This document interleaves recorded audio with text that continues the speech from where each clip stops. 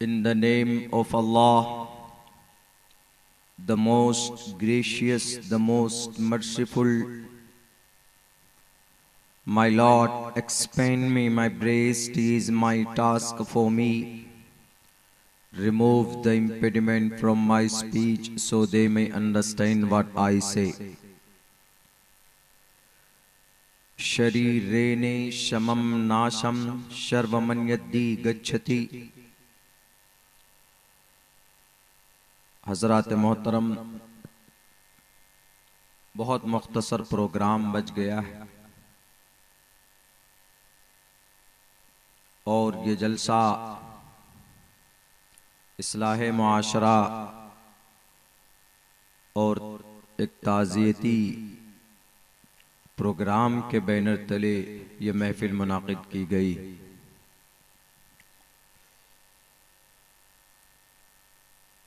आजकल जलसों में एक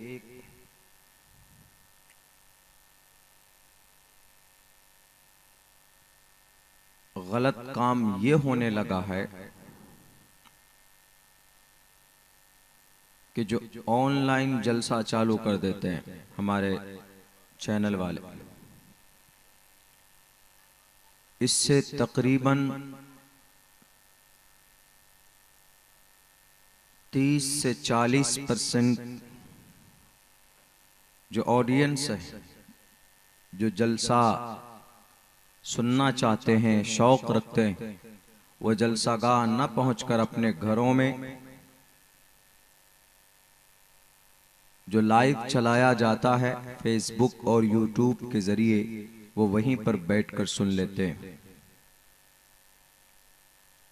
इससे ये होता है कि जो पिंडाल में स्टेज के सामने बैठकर जो जलसा सुनना था वो यहां नहीं सुनते, अपने घरों में बैठकर सुनते हैं।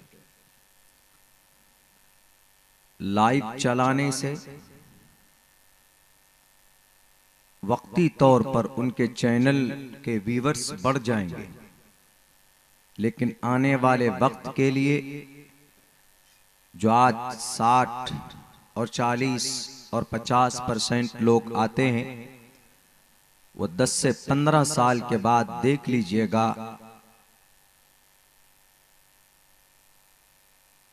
स्टेज के सामने का हिस्सा पूरा खाली नजर आएगा। लोग अपने घरों में बैठकर मोबाइलों में देख लिया करेंगे कि नहीं, ऑनलाइन मोबाइल देख लेंगे, नो नीड टू गो, कोई जरूरत ही नहीं है वहां पे जाने। इसलिए ये सिस्टम बंद होना चाहिए। आपको जलसा कवर करना है, आप जलसे को रिकॉर्ड कीजिए, वीडियो को रिकॉर्ड कीजिए, अच्छी क्वालिटी पे कीजिए और उसको मुनासिब थंबनेल डालकर उसको अपलोड कीजिए, नो प्रॉब्लम। मैं इसकी हिमायत में हूं। और हमारे हजरात उलमाए किराम का मौक़िफ़ 60 और 40 समझे, आधे आधे कि कुछ लोग वीडियो को जायज़ समझते हैं और कुछ उलमा हजरात नहीं समझते हैं, लेकिन मैं उनके साथ हूं जो जायज़ समझते हैं। आज के ज़माने के हिसाब से सारी एलिगेशंस और सारी बुराइयां, एतराज़ात, गलत फहमी वो वीडियो के माध्यम से, सोशल मीडिया के माध्यम से फैलाया जाता है, तो हम उनका जवाब उस प्लेटफॉर्म से वहीं से देंगे तो ज्यादा मुनासिब होगा। कहेंगे कि मौलाना वो तो गुनाह है, बिल्कुल गुनाह नहीं कह सकते। गुनाह होता तो आधे उलमाए किराम जवाज के हक में नहीं होते। बहरकैफ वो एक अलग मसला। मीडिया होना चाहिए, ज़राए अबलाग होना चाहिए। आज इस कौम के पास, उम्मत मुस्लिमा के पास मीडिया नहीं है, बड़े चैनल नहीं, सिर्फ भारत में नहीं, इन इंटायर वर्ल्ड, पूरी दुनिया में देख लें आप, 22 अरब कंट्री हैं, किसी की मजबूत और मुस्तहकम नेशनल लेवल का कोई चैनल नहीं है। न न्यूज़ चैनल है, न और किसी और नाम पर हमारे भारत में नहीं है। हालांकि मरहूम अल्लाह उनकी दरजात को बुलंद फरमाए, हजरत मौलाना ताहिर गयावी रहमतुल्लाहि अलैह, वो कह चुके थे बड़े बड़े तालीमी इदारों को और बड़ी बड़ी तंजीमों से कि आप एक चैनल बनाइए, मोहम्मदुर रसूलुल्लाह सल्लल्लाहु अलैहि वसल्लम की शान में जो गुस्ताखी की जाती है वीडियो के माध्यम से, आपके इस्लाम पर जो एतराज़ात किए जाते हैं सोशल मीडिया के माध्यम से, उस प्लेटफॉर्म से आप उसी के जरिए जवाब दीजिए। और ये जरूरी है, अगर आपको कोई बुरा कहता है, अगर आपके ऊपर कोई तुहमत लगाता है, अगर आपके ऊपर कोई एलिगेशंस डालता है, तो योर रिस्पॉन्सिबिलिटी, आपकी ये बड़ी जिम्मेदारी है कि आप उस गलत फहमी का, आप पर लगे हुए इल्जाम का आप सफाई पेश करें, आप उसको एक्सप्लेन करें कि मेरे बारे में जो ये बातें कही जा रही है ऐसा नहीं है, मामला ऐसा। अगर आप खामोश बैठ जाएंगे तो खामोशी भी तस्दीक की एक अलामत है, एक दलील है। आज यहूदी क्यों इतना ताकतवर है? इसलिए कि दुनिया के 90% मीडिया ज़राए अबलाग के ऊपर उनका कब्जा है। दुनिया वो देखती है जो यहूदी दिखाना चाहते। सारे चैनल हमारे भारत के अंदर जो न्यूज़ चैनल हैं, नेशनल लेवल की जो चैनल है, वो सबका पैसा और डॉलर वहां से ट्रांसफर होता है बड़ी बड़ी तंजीमों को। तो बहरे कैफ आप पूरा वीडियो रिकॉर्ड कीजिए, बल्कि आज के जमाने में जरूरी है यही जलसा है कि भाई जनाब हैदर साहब ने कोई अगर इल्जाम लगाए, कल FBI वाला, कि हैदर साहब ने कोई साजिश रची है, रात में कोई प्रोपेगेंडा किया है, यहां पर उलमा को बुलाकर बड़े बड़े उलमा आए, शुआरा आए, पता नहीं क्या साजिशें रची गई, क्या मंसूबा बनाया गया। कल आपके ऊपर, इनके ऊपर एक केस बुक हो सकता है सुओ मोटो के तहत। तो आप क्या पेश करेंगे, क्या कहेंगे? आप ये कहेंगे कि मेरा प्रोग्राम पूरा रिकॉर्डेड है, मेरा पूरा program from the beginning to the end, शुरू से आखिर तक देख लीजिए कि मेरे इस प्रोग्राम के अंदर में कहां पर साजिश की बात कही गई। यहां पर आखिरत की, इस दुनिया के अंदर माँ बाप के हक हुकूक की, मौत मरने के बाद कौन से आमाल काम आते हैं, उसके ऊपर बात की गई है। कोई राजनीति, कोई सियासी और कोई साजिश या कोई इस तरह का मंसूबा नहीं बनाया गया है। आप लाख कहेंगे, लोग नहीं मानेंगे, लेकिन आपके पास वीडियो की शक्ल में दलील मौजूद है, तो आप पूरे 5 घंटे की दलील पेश कर सकते हैं कि भाई आप देख सकते। आज की तारीख ऐसा हो चुका है हमारे साथ। पिछले साल हम जब आसाम पहुंचे प्रोग्राम में, वहां पर हमने वहां के बड़े लीडर जो CM साहब हैं वहां के, उन्होंने 903 मदरसों को ताला लगाया, 903 मदरसों को। और अभी प्रोग्राम है दिसंबर के 18 में, फिर 25 में, फिर जनवरी में है। तो अब मेरे परमिशन के लिए मुझसे वहां परमिशन नहीं, यहां से परमिशन मांगा, ID प्रूफ मांगा है कि मौलाना ID प्रूफ दीजिए, यहां से हम परमिशन ले लेंगे। लेकिन यहां से परमिशन ड्राफ्ट पहुंचेगा आपके पुलिस स्टेशन में, वहां पर वो तस्दीक करेंगे कि हाँ ये मौलाना यहाँ के बाशिंदे हैं और कोई तकरीबी जहन का आदमी नहीं है और कोई भी उग्र की बातें नहीं करता है, यहां इनका रिकॉर्ड अच्छा है। अगर वहां से क्लीन चिट मिल जाता है वहां से सेटिस्फेक्शन हो जाता है तो आपको आसाम में आने की है। हमने कहा कि ऐसा क्यों हुआ? बोला पिछले साल गुवाहाटी में जलसा था, उस जलसे में हमने मदरसे की तारीख के ऊपर बात की थी और हमने कहा था कि सीएम साहब मदरसों को बंद करने से पहले, मदरसों को ताला लगाने से पहले इनकी हिस्ट्री देखिए आप, इनका इतिहास देखिए आप। एक दो आदमी किसी मदरसे में मुजरिम अगर पकड़ा जाता है तो उनकी वजह से टोटल मदरसों को बंद नहीं किया जा सकता। हमारा दीन जिंदा है, इस्लाम जिंदा है इन मदरसों के वजह से। सही शरीयत हम तक पहुंचती है because this madrasa, because of this madrasa, इन मदरसों की वजह से। और इन मदरसों की बड़ी पुरानी तारीख रही है, 903 माने रखता है। और वहां पर अब ये चीज जरूरी कर दी गई है आसाम में, अगर कोई मदरसा चलाना चाहता है तो 1 से 2 एकड़ जमीन मदरसे के नाम पर रजिस्टर्ड होना चाहिए, पहली शर्त। दूसरी शर्त यह है कि कम से कम 50 बच्चे जेर क़याम होना चाहिए। और तीसरी शर्त यह है कि कम से कम 10 रूम होना चाहिए, पक्के कम मकान होना चाहिए, लाइब्रेरी होनी चाहिए और कम से कम 10 आदमियों की मेंबरशिप होनी चाहिए, यानी एक कमेटी होनी चाहिए। तब जाकर मदरसा आप चला सकते हैं। वो जानता है कि 2 एकड़ जमीन मदरसे के नाम पर रजिस्टर्ड होती नहीं है।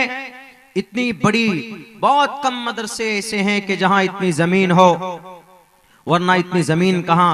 इसीलिए इतनी जबरदस्त और स्ट्रॉन्ग शर्त पेश कर देंगे कि ये खुद ब खुद आजिज आ जाएंगे और मदरसा छोड़ देंगे, मदरसा नहीं बनाएंगे।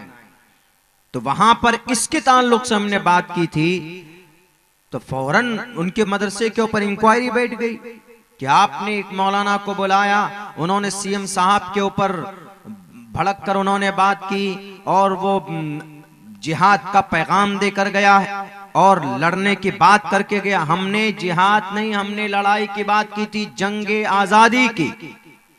उलमा ने क्या कुर्बानी दी, लेकिन उन्होंने अभी के बारे में कि आप आसाम के अंदर लड़ाई छेड़ना चाहते हैं ऐसे मुकर्रिर को बुलाकर, तो उन्होंने कहा कि नहीं, ऐसी बात नहीं की थी मौलाना ने। फ्यूचर के लिए कोई बात ही नहीं की उन्होंने। माजी के अंदर में जो बातें, जो इतिहास की और जो हिस्ट्री की बातें थी वो उन्होंने पेश की कि हमारे मदरसों से कैसे कैसे लोग पैदा हुए, हमारे मदरसे की क्या तारीख रही है इस देश के अंदर। कि अगर मदारिस ना होते तो उलमा ना होते, उलमा ना होते तो 65,000 उलमाए कराम पांति के फंदे पर लटक कर इस देश को आजादी ना दिलाते, ये देश आजाद ना होता। ये सब जितने भी बड़े बड़े फ्रीडम फाइटर, स्वतंत्र सेनानी हैं, ये सब के सब इस देश के मदारिस के प्रोडक्ट थे। यहां तक के भारत का सबसे पहला एजुकेशनल मिनिस्टर, तालीमी वजीर मिनिस्टर जो थे मौलाना अबुल कलाम आजाद रहमतुल्लाहि अलैह, वो मदरसे के प्रोडक्ट थे। मुस्लिम अलीगढ़ यूनिवर्सिटी बनाई गई, उसका फाउंडर मदरसे का प्रोडक्ट है। जामिया मिलिया यूनिवर्सिटी का बानी, हाँ, बुनियाद डालने वाले शेखुल हिंद मौलाना महमूद हसन देवबंदी रहमतुल्लाहि अलैह, ये वो लोग थे जिन्होंने देश के लिए काम किया है। हमने कहा कि उन्होंने थे, वो जलसे वालों ने कहा कि हजरत ने ये बातें पेश की। पूरा प्रोग्राम देख लीजिए, पूरा प्रोग्राम बिलिस्तियाब देखा गया शुरू से आखिर तक कि मौलाना ने क्या बातें की। कुछ भी नहीं मिला, कुछ भी नहीं मिला, क्लीन चिट कि नहीं, इसमें ऐसी कोई बात नहीं है जिससे मौलाना। फिर भी क्या चाहिए, मौलाना जब भी आएगा आसाम स्टेट के अंदर, मौलाना साहब को अपने जगह से परमिशन भेजना पड़ेगा, वहां से सेटिस्फेक्शन लेटर लिख करके एसपी या एसएचओ के जरिए से देना होगा, तभी वो हमारे आसाम के अंदर प्रोग्राम के लिए आ सकेंगे। तो वहां पर जो हमें बचाव की एक सूरत नजर आई वो इन वीडियो के जरिए से। तो आज के जमाने में जरूरी है प्रोटेक्शन के लिए, अपनी हिफाजत के लिए, कोई दिक्कत नहीं है, आप बनाइए, लेकिन अब जो ऑनलाइन वीडियो चला देते, लाइव चल रहा है, चलो भाई वीडियो लाइव, लेटे हुए हैं, तकरीरें सुन रहे हैं, वो मजा कहाँ आता, ना हमें कहने में और ना उनको सुनने वाले जो लाइव सुनते हैं। इसीलिए लाइव जो प्रोग्राम चलाया जाता है, ये आइंदा इससे बहुत ज्यादा नुकसान होने वाला। मेरे भाइयों, बातें मुझे करनी थी जो मैंने हदीस पढ़ी है उसके ताल्लुक से, चूंकि वक्त भी तकरीबन बहुत हो चुका है। मैंने एक हदीस आप लोगों के सामने पेश की है। उस हदीस के अंदर एक बात ये कही गई कि आदमी दुनिया में अमल करता है, जिंदा रहने पे अमल करता है, तो वह अमल उनका देखा जाता है, लिखा जाता है। लेकिन जब आदमी मर जाता है, when the people will die, जब आदमी मर जाता है तो everything has been disappear, everything has been disclosed. आदमी का और अमल का रिश्ता टूट जाता है। वही अमल काम आता है जो इस दुनिया के अंदर जिंदा रहने पे वो करके जाता है।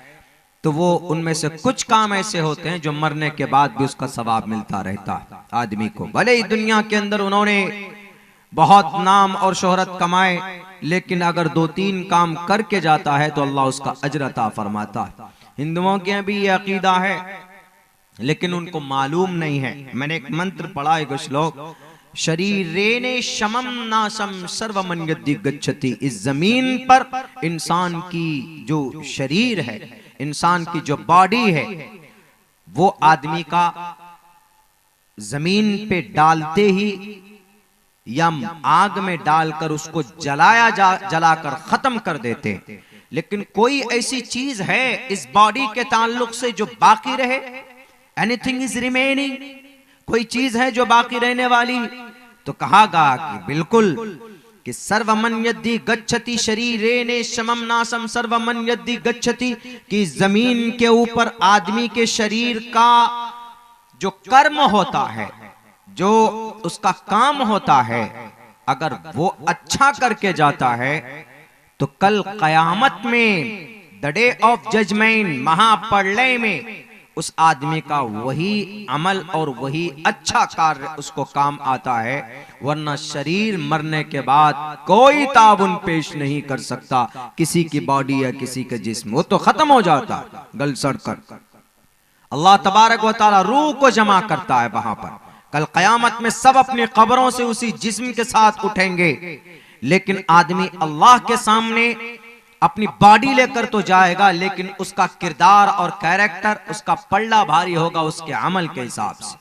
अल्लाह के नबी फरमाते, इज़ा मातल इंसानु इनक़ता अन्हु अमलुहु इल्ला मिन सलासा, इल्ला मिन सदक़तिन जारियतिन व इल्मिन युंतफ़उ बिही औ वलदिन सालिहिन। अगर इंसान इस जमीन पर सदक़े जारिया करके जाता, सदक़े जारिया का मतलब आप हर वो काम करके जाते हैं जिससे लोगों को नफा पहुंचता है। आप कोई रास्ता बनाकर जाते हैं, आप कहीं पर पानी का नल लगा के जाते हैं, आप कहीं पर कुआं खोद के, पहले जमाने में पानी के लिए कुआं खोदा जाता था, आज टोटी की शक्ल है, टंकी की शक्ल है कि टंकी लगा दी। गवर्नमेंट ने नहीं, सरकारों ने नहीं, हमारे भारत के अंदर तो इस सिस्टम में इतना गड़बड़ घोटाला हुआ है पानी नल जल योजना में कि आप अंदाजा नहीं लगा सकते। करोड़ों रुपए देकर सारे मुखिया खाकर टुन्न हो गए।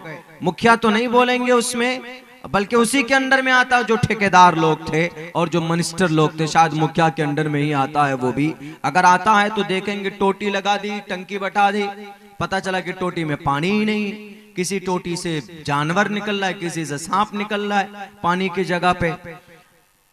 तो आज अगर इस जमाने में वो नहीं, कोई आदमी अच्छा काम करके दुनिया से जाता है तो उसको सदक़े जारिया में शुमार किया जाएगा और मरने के बाद भी उसको इस सदक़े जारिया का सवाब मिलता है। दूसरी चीज है, औ इल्मिन युंतफ़उ बिही, कोई मदरसा बनाया या कोई अपनी औलाद को, या कोई ऐसी किताब लिखी कि जिस किताब को पढ़कर लोगों को नफा पहुंचता है, या कोई मदरसा बनाया जहां पर हाफिज पैदा होते, आलिम दीन बनते। तो आदमी मरकर चला गया, लेकिन उस नेक काम की वजह से, उस इल्म के उस मैदान को वजूद में लाने की वजह से, जिससे लोग फायदा हासिल करते हैं, तो अल्लाह तबारक व तआला कहता है कि तुम मरकर आ गया है, लेकिन वहां पर बच्चे पढ़ते हैं। तालीम का, एजुकेशन का एक ऐसा सिस्टम तुम छोड़कर आए हो कि जिससे समाज का बच्चा पढ़ता है, तालीम याफ्ता होता है, मेरी जात के बारे में जानता है और मेरी सिफात को बयान करता है। तो अल्लाह तबारक व तआला फरमाते हैं अल्लाह के नबी के ज़ुबानी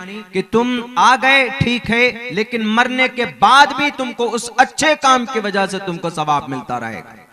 और तीसरी चीज है ओ वलदिन सालिहिन यदऊ लहू, ओ वलदिन सालिहिन यदऊ लहू, अच्छी औलाद। आज हमारी औलाद अच्छी नहीं होती। क्यों अच्छी नहीं होती? क्योंकि हम उनको तालीम नहीं देते। यहूदी, मुझे तो इस टॉपिक पे बात करनी थी कि यहूदी क्यों ताकतवर कौम बन गई दुनिया के अंदर, सबसे बड़ी ताकतवर कौम, दुनिया की सबसे जलील कौम वही थी। कौन? यहूदी।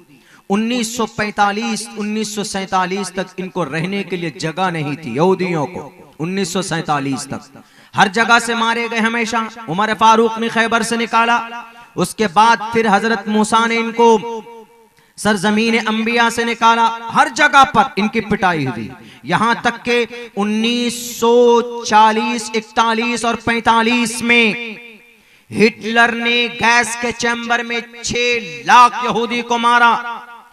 जापान के अंदर यहूदियों को मारा गया। सबसे जलील और रजील कौम।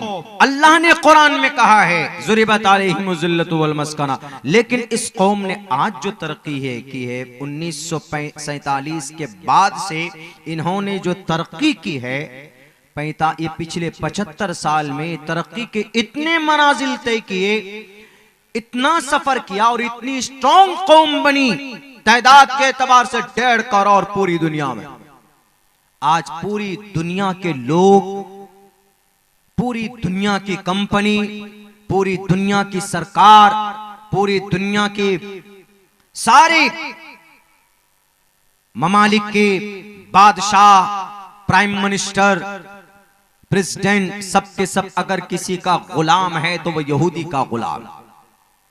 जो कौम दर दर भटक रही हो, अब पिछले 45 साल में, 75 साल में उस कौम ने इतनी तरक्की की है कि आज सुपर पावर ताकत भी उसके पीछे खड़ा हुआ नजर आता है।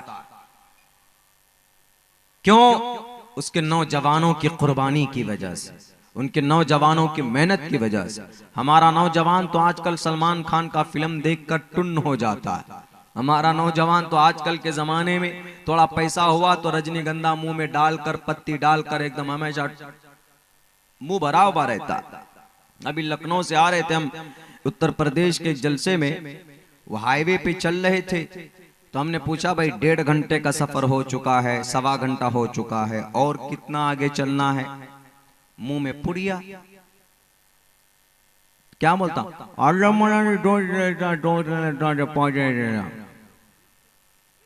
वाह भाई वाह, ये है पुड़िया की बरकत।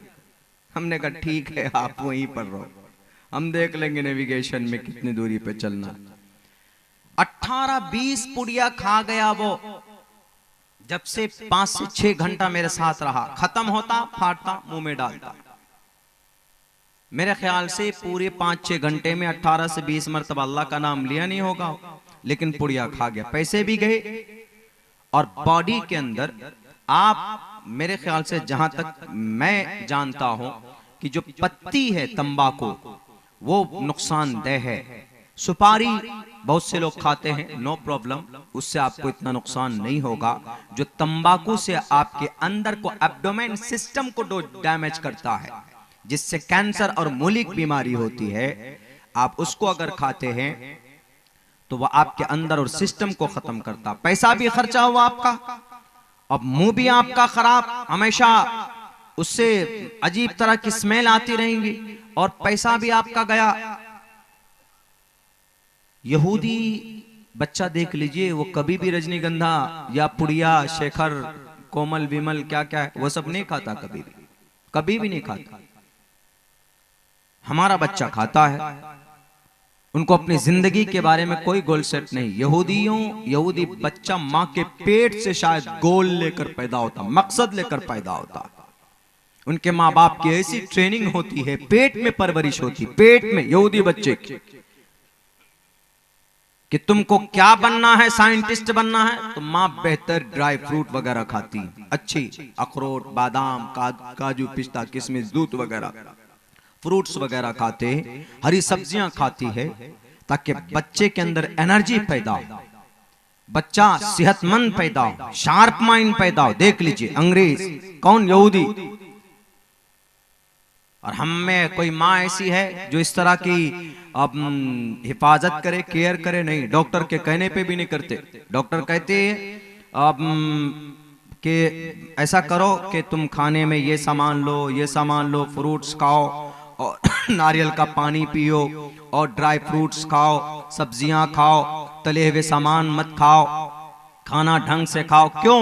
बच्चा स्ट्रॉन्ग होना, आपके बच्चे के माइंड और उसका दिमाग शार्प माइंड होना। हमारा बच्चा आजकल का भथल्लू है।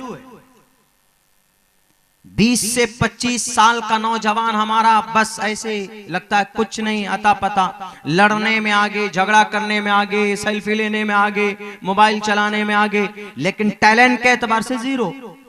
टैलेंट के एतबार से या तो मोबाइलों के अंदर में वो ड्रीम 11 में पैसे खर्च करेंगे, 10 रुपए, 11 रुपए, 50 रुपए। हुआ कि नहीं हुआ?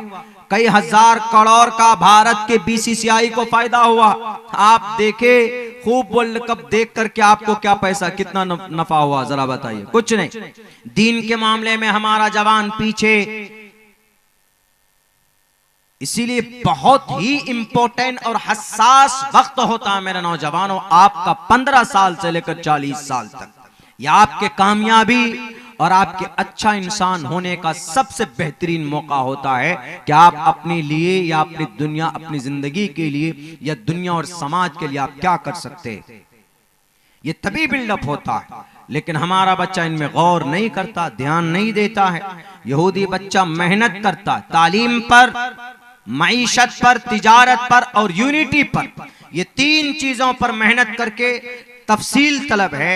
1.5 घंटा बातें हो सकती है इस पे मैंने किया है कि यहूदी कैसे कामयाब हुए। कुरान में अल्लाह ने कहा कि ये कौम कामयाब नहीं हो सकती, ये कौम जलील है, लेकिन दुनिया में देख रहे हैं रिजल्ट उल्टा है।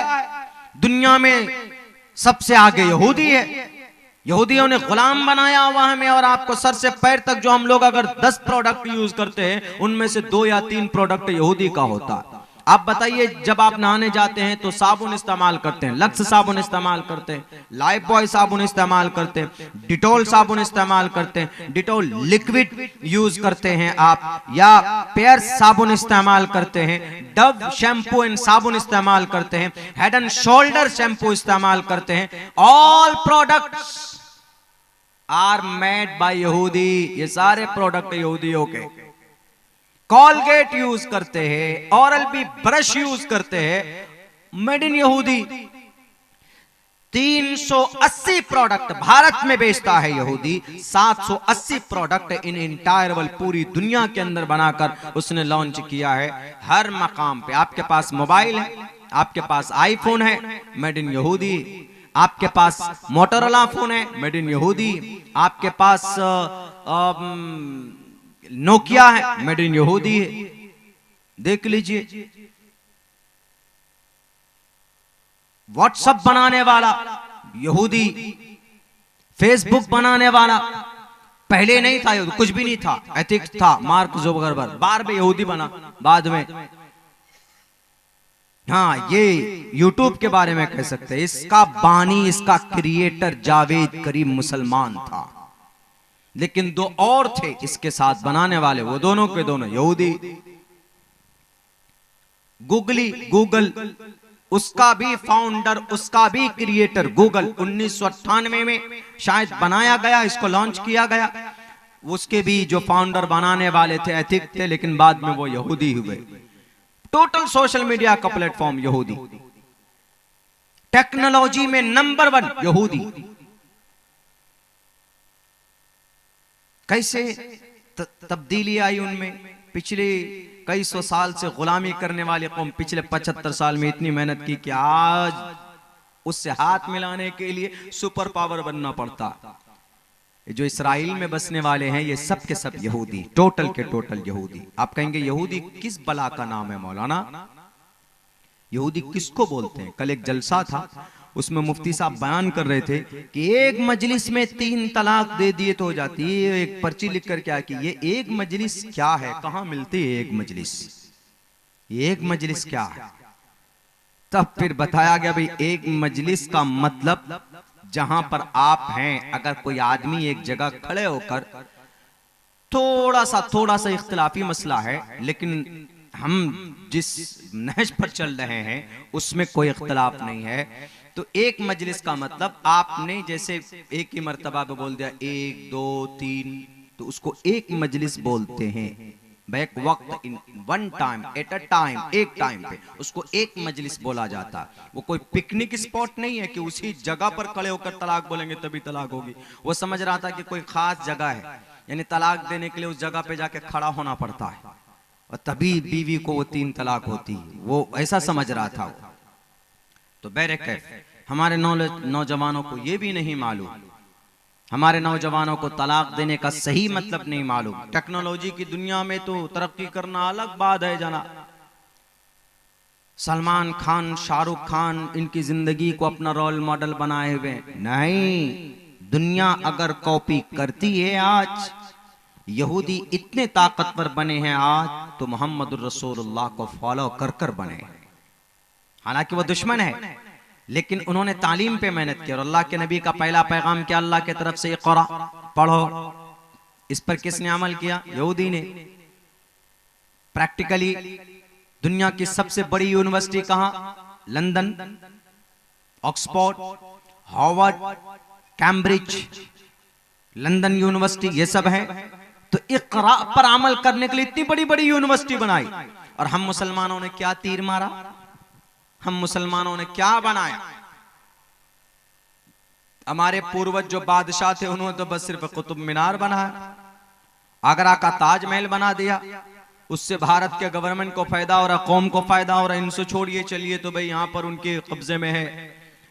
लेकिन अरब 22 अरब कंट्री, जरा बताइए बड़ी यूनिवर्सिटी इन 22 अरब कंट्री में कौन सी जगह पे? डॉक्टर बनना हो MBBS तो बच्चा कहां जाता? रशिया जाता, यूक्रेन जाता, स्पेन जाता है, चीन जाता है, जापान जाता है। आपने देखा कि अच्छी तालीम के लिए बच्चा कोई कतर जा रहा है, पैसा कमाने के लिए जाते। दुनिया की सबसे ज्यादा दौलत का अंबार 22 अरब कंट्री में, लेकिन इनके पास तालीमी इदारा लफ्ज इक़रा पर अमल करने के लिए एक भी बड़ी यूनिवर्सिटी नहीं है। सिर्फ मिस्र के अंदर भी जो मदरसा है, वो मदरसा है, वहां पर भी ऐसी तालीम होती है। वहां के उनके हिसाब से ना शक्ल पे दाढ़ी है। सहाबा किराम का नमूना अगर कहीं पर नजर आता है, उनका हुलिया कहीं पर नजर आता है, मैं ये बात दावे के साथ कह सकता हूं, ये एशिया महाद्वीप के मुसलमानों के अंदर नजर आता है, अरब कंट्री के मुसलमानों में नजर नहीं आता। आया जरूर था दीन वहां पर, लेकिन मुंतकिल होकर हमारे एशिया महाद्वीप के तरफ आया। तो इक़रा पर तालीम के मैदान में अमल करने के लिए यहूदी आगे, यहूदियों ने तालीमी मैदान में काम किया, और मुसलमान सारे लीडरान, सारे अरब कंट्री के बड़े गुरु उद्योगपति ने सिर्फ बड़ा बड़ा बुर्ज खलीफा बनाया करोड़ों रुपए खर्च करके। बुर्ज खलीफा से कौम के अंदर तब्दीली आएगी? नहीं आएगी। नौजवानों, अगर आपके अंदर क्वालिटी पैदा होगी तो तालीम से पैदा होगी। पुड़िया खाकर आपकी जिंदगी बदलने वाली नहीं। दूसरे नंबर पर आपको काम करना। और वलदिन सालिहिन, ये दो के ऊपर बात चल रही थी कि औलाद को नेक बनाइए, और नेक बनने के लिए तालीम शर्त है, जानकारी शर्त है। हमारे नौजवानों को अगर कोई आदमी अपने औलाद को तालीम याफ्ता बना दिया, अच्छा काम, जैसे हैदर साहब है माशाअल्लाह, इनके जरिए से कई घर चलते हैं, तो इनके अच्छे काम की वजह से इनका जो भी अच्छा काम होगा डायरेक्ट इनका सवाब इनके अब्बा को पहुंचेगा। और वलदिन सालिहिन यदऊ लहू, और जाहिर सी बात है कि भाई नमाज पढ़ते होंगे, कुरान करीम पढ़ना जानते होंगे, जब भी ये नमाज पढ़ते होंगे, तिलावत करते होंगे, तो अपने अब्बा के लिए जरूर हाथ उठाकर दुआ करते होंगे कि हमारे अब्बा मरहूम हाजी अब्दुर्रहमान साहब की अल्लाह मगफिरत फरमा, उनके दर्जात को बुलंद फरमा। जब भी पढ़ते होंगे और वलदिन सालिहिन यदऊ लहू। लेकिन अगर पता चला कि बच्चे को सिर्फ पुड़िया खाता हुआ देखा जिंदगी में, कभी हमने उसको परिश नहीं किया, गाड़ी में बैठ कर आवागर्दी करता रहा, वो पुड़िया, वो ठेपी, वो कोरेक्स वो चढ़ाता रहा, सुलेसन सूंघता रहा, ऐसा माहौल हो गया है। हम लोग बक्सर स्टेशन पे उतरे थे, शायद बक्सर के मुगलसराय स्टेशन पे उतरे, स्टेशन पे सामने बच्चा वो सुलेसन सूंघ रहा है बैठकर। कहां पता है? लिफ्ट में घुसा, देख लिया हमने हाथ में है, वहां पर जाकर सूंघ मारा। वो 2 मिनट के अंदर अंदर जैसे नीचे पहुंचा है, वो 1 मिनट शायद 30 सेकंड के अंदर में इतने में अपना काम कर लिया। वो ऐसा माहौल बना दिया गया है हमारे बच्चों का। अगर दुनिया के अंदर इतिहास बनाना है मेरे नौजवानों, मेरे साथियों, तो आपको मेहनत करनी पड़ेगी, वो भी तालीम के मैदान में, मईशत के मैदान में।